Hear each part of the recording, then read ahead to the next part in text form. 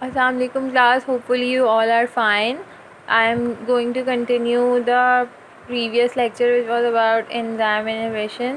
ठीक है, नॉर्मली क्या होता है कि एंजाइम जो है वो सबस्ट्रेट के साथ बाइंड करता है, एंजाइम सबस्ट्रेट कॉम्प्लेक्स फॉर्म होता है और फिर उसकी वजह से क्या होता है एंजाइम सबस्ट्रेट कॉम्प्लेक्स की फॉर्मेशन की वजह से there some conformational changes occur in enzyme due to which substrate is converted into different products. या तो वो ब्रेक डाउन हो जाएगा या उसकी जो है ऑक्सीडेशन हो जाएगी या रिडक्शन हो जाएगी या उसका कोई फंक्शनल ग्रुप रिमूव हो जाएगा और वो प्रोडक्ट फॉर्म कर लेगा।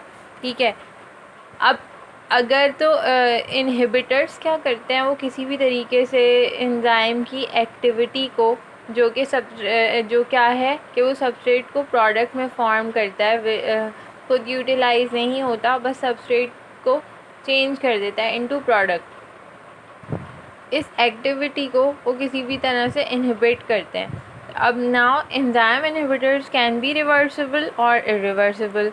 अगर तो वो वीक बॉन्ड से बाइंड करते हैं एंजाइम से आकर, जैसे हाइड्रोजन बॉन्ड के साथ, तो वो जो है क्या कहलाते हैं, रिवर्सिबल। इस सिनेरियो में रिवर्सिबल में जो अगर तो वो इनहिबिटर है वो एंजाइम को लीव कर देगा तो एंजाइम जो है वो फंक्शनल रहेगा।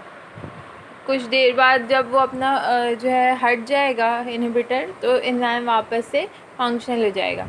इरिवर्सिबल क्या करते हैं, इरिवर्सिबल इनहिबिटर्स ये आके कोवेलेंटली बाइंड कर जाते हैं एंजाइम से। जब तक वो एंजाइम रहता है वो किसी काम का नहीं होता। ठीक है, कोवेलेंटली बाइंड कर जाते हैं, परमानेंट बाइंडिंग होती है और ये जो है एंजाइम का मॉलिक्यूल डिस्ट्रॉय जाता है या कह लें बेकार हो जाता है, अनयूज़फुल हो जाता है, मेकिंग रेंडरिंग इट यूज़लेस। अच्छा, अब ये जो इनहिबिशन है या इनहिबिटर्स कह लें, इनहिबिटर्स जो है वो कॉम्पिटिटिव इनहिबिशन भी कर सकते हैं और कुछ जो इनहिबिटर्स होते हैं वो नॉन कॉम्पिटिटिव इनहिबिशन करते हैं। Now, what is competitive inhibition? As I told you, in case of allopurinol, and there are certain antibiotics like sulfonamides, एक और ड्रग है मीथोट्रैक्सेट, एक मोनोअमाइनो ऑक्सीडेज इनहिबिटर्स हैं, फाइसोस्टिगमिन है, इसके अलावा सक्सिनाइल कोलिन है। ये तमाम की तमाम ड्रग्स जो है वो कॉम्पिटिटिव इनहिबिशन के फिनोमेना के थ्रू एक्ट करती हैं। ये किसी ना किसी एंजाइम की कॉम्पिटिटिव इनहिबिशन कर रही होती हैं। इस फिनोमेना को बहुत बहुत अच्छे से समझ लें। ठीक है, एंजाइम सबस्ट्रेट के साथ आके बाइंड करता है। ठीक है, अब यहाँ पे क्या है, एक इनहिबिटर भी आ गया, आई की एफिनिटी यहाँ पे हमेशा सबस्ट्रेट से ज़्यादा होती है, तभी ये जाके सबस्ट्रेट के बजाय उस एंजाइम से बाइंड कर जाता है। अच्छा, जो इनहिबिटर होता है वो स्ट्रक्चरली सिमिलर होता है सबस्ट्रेट से in case of this competitive inhibition. ठीक है, तो ये जाके एक्टिव साइट पर बाइंड करता है, आई या एंजाइम इनहिबिटर कॉम्प्लेक्स फॉर्म होता है। जब ये एंजाइम इनहिबिटर कॉम्प्लेक्स फॉर्म हो गया तो ये एंजाइम जो है अब कोई फिजियोलॉजिकल ऑल्ट्रेशन नहीं कर सकेगा सेल में, और जब इनहिबिटर बाइंड कर जाता है एक्टिव साइट पे तो कोई रिएक्शन टेक प्लेस नहीं होता, कोई फर्दर सेल में चेंजेस नहीं आती हैं। This is called competitive inhibition, जो कि एलोपुरिनॉल, सल्फोनामाइड्स,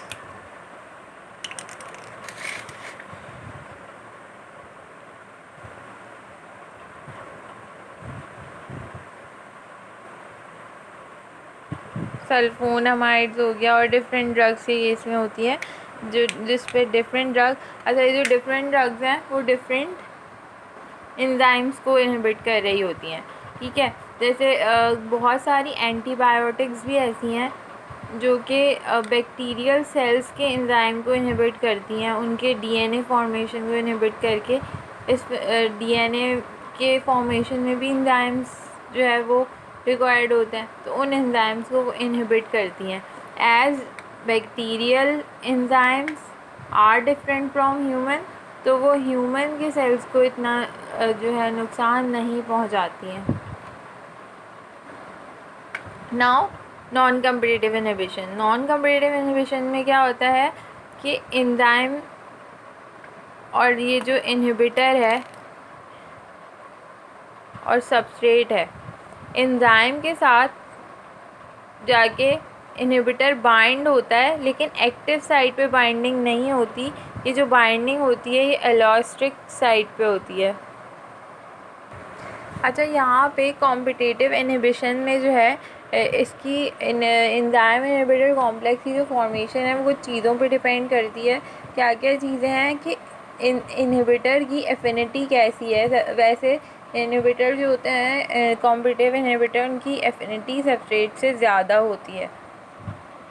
अब और इसके अलावा सबस्ट्रेट की क्वांटिटी कितनी प्रेजेंट है, इनहिबिटर की क्वांटिटी कितनी प्रेजेंट है। अगर सबस्ट्रेट बहुत ज़्यादा अमाउंट में होगा तब क्या होगा, इनहिबिशन कम होगी, क्योंकि कुछ ना कुछ सबस्ट्रेट जाके एंजाइम्स की एक्टिव साइट्स को ऑक्यूपाई करने में कामयाब हो जाएगा। इसके अलावा एक और फैक्टर है प्री इंक्यूबेशन टाइम, मतलब कि एंजाइम इनहिबिटर और सबस्ट्रेट के साथ कितनी देर से रह रहा है। यानी सबस्ट्रेट अगर ज़्यादा देर से एंजाइम के साथ है तो सबस्ट्रेट से बाइंड कर जाएगा। अगर इनहिबिटर है, इनहिबिटर का अमाउंट है ज़्यादा देर तक एंजाइम के साथ, तो वो इनहिबिटर से बाइंड कर जाएगा। अच्छा, देन नॉन कम्पिटिटिव इनहिबिशन में मैंने आप लोगों को क्या बताया था कि ये आके क्या करता है, एंजाइम इनहिबिटर से बाइंड करता है to a different site than active site. अब ये जब बाइंड करता है आके यहाँ एक अपनी साइट पर एंजाइम के साथ, तो ये क्या करता है कि एक्टिव साइट की शेप को चेंज कर देता है, जो कि सबस्ट्रेट के लिए होती है। अब जब सबस्ट्रेट के लिहाज से शेप नहीं रहती तो ये क्या होता है कि जब ये एक्टिव साइट की शेप चेंज कर देगा तो ये एंजाइम यूज़लेस हो जाता है, सबस्ट्रेट आकर इस पर बाइंड नहीं कर सकता। अब ये जो नॉन कम्पिटिटिव इनहिबिशन है ये हो सकती है रिवर्सिबल और रिवर्सिबल। कैसे कि ये अगर तो ये हटता ही नहीं है, कोवेलेंटली बाइंड हो जाता है, तो ये क्या हुआ, एंजाइम हमेशा के लिए बेकार हो जाएगा। और अगर तो इसकी कोई हाफ लाइफ है, ये जो इनहिबिटर है ये आया बॉडी में, ये एक्सक्रीट आउट हो गया बॉडी से, मतलब इससे वीक बाइंडिंग की और निकल गया और फिर एक्सक्रीट आउट हो गया, तो क्या होगा कि ये एंजाइम दोबारा यूज़फुल हो जाएगा और इसमें कॉन्फर्मेशनल चेंजेस हो जाएंगी, जो कि इसकी वजह से शेप चेंज हुई थी वो सही हो जाएगी और फिर ये दोबारा यूज़फुल हो जाएगा।